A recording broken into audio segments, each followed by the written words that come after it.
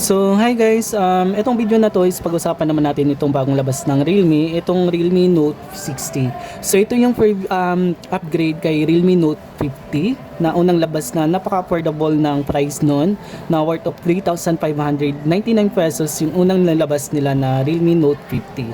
So, ito yung bagong labas nila ngayon, Note 60, kung affordable pa ba rin ngayon or same price pa rin ba? So yan yung pag-usapan natin ngayon, and then bukod nun yung specs, kung maganda din ba yung specs niya or mas upgrade ba siya compare kay Realme Note 50. So itong unahin muna natin yung box ng Realme Note 50, kung ano yung naka-highlights dito.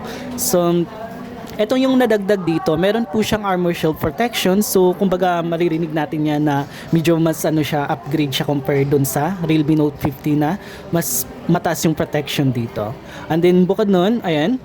So ito yung meron po siyang 32 megapixel na super clear camera, and then meron siyang 48 months fluency, and then naka 90 Hz refresh rate din siya with 6.7 yung pinaka-display ng screen nito, and then meron siyang rainwater smart touch. So kumbaga kahit nabasa yung screen natin, matatouch pa rin natin yung ating unit nito. Tapos yung IP rating nito is mas in-upgrade na siya for IP64 dust and water resistant.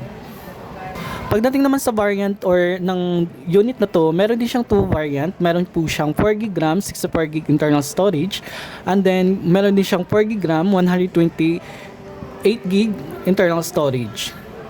Punta naman tayo dito sa design ng ating Realme Note 60. So ito na po yung Realme Note 60. So meron po siyang dalawang bilog dito. Itong camera module nila, and then ito yung flashlight na mas maliit lang siya.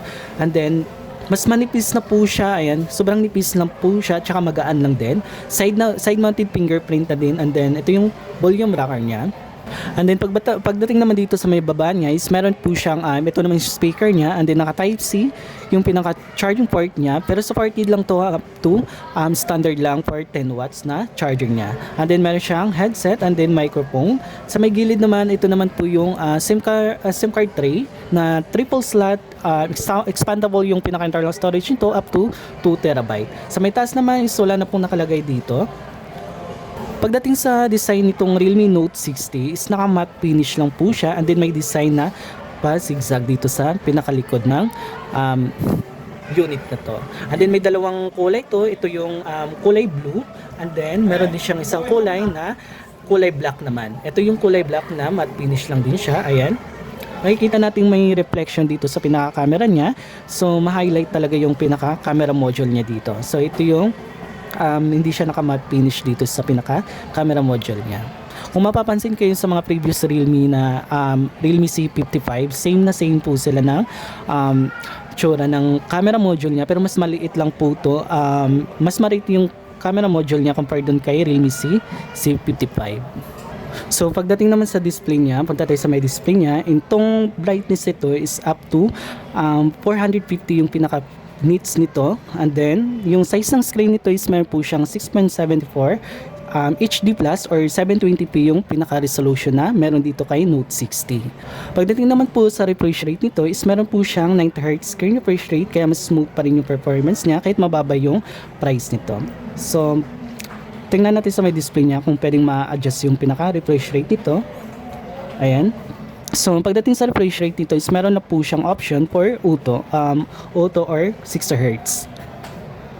Running under 14 na din po yung inside the box yung ating Realme Note 60. So kumbaga mas inside the box nito is di mo na kailangan pang i-update for Android 14, kasi inside the box naka Android 14 na po siya. Ayan.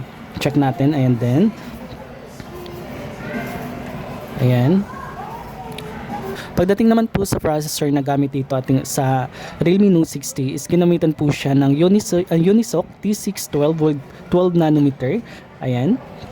Based on Android Realme UI 5.0 na din yung pinaka-system na gamit dito. Ayan. So basic lang naman yung system na meron dito. Ito yung light version ng Realme UI sa ginamit nila sa mga lower na unit nila. So ayan. Ito yung Realme UI na gamit nila. Tsaka maganda dito is meron na po siyang AI boost. Itong AI boost na to para mas ma-maintain pa rin yung smoothness ng unit natin, lalo na kung nag-open kayo ng maraming application or naglalaro kayo. So meron din siyang game space, itong Note 60 natin, meron din siyang game space, ayan. And then meron din siyang other features like ayan, meron siyang mini capsule dito, and then dynamic button, and then meron siyang AI noise reduction, and then riding mode, air gesture, and then apps lock, and then hide apps, private safe. Pagdating naman sa camera nito is meron siyang 32 megapixel yung pinaka rear camera ng Note 60. Mas upgrade siya compare kay Note 50, dati is meron lamang yung 13 megapixel na rear camera. Unlike dito sa ating Note 60 is meron po siyang 32 megapixel yung rear camera niya. So dual camera din po yung meron dito. Ayan, tingnan natin yung sample ng camera niya dito. So ito yung sa video niya, kaya naman po niya mag-shoot for 1080p by 30 fps to 720p by 30 fps. So meron din siyang night mode 3 times, ayan. Din sa photos naman, portrait mode and beautification, ayan. Ito yung sample ng camera ng Note 60 natin, ayan. So malinaw din naman po siya. And then ang maganda dito is meron din siyang filter dito at saka HDR beautification. Pagdating naman po sa battery ng Realme Note 50 is meron po siyang 5,000 mAh massive battery, and then supported po siya for 10 watts yung pinaka-charging ng compatible dito sa ating Realme Note 60. So ayun lang guys, yung price nito is yung 64GB internal storage is naghalaga lang siya ng 4,999 pesos, and then yung 128 naman kung gusto nyo mas mataas yung internal variant nito or internal storage, meron po siyang variant na 128, naghalaga lang din siya ng 5,999 pesos. So 1,000 yung difference sa variant or sa price ng Realme Note 60.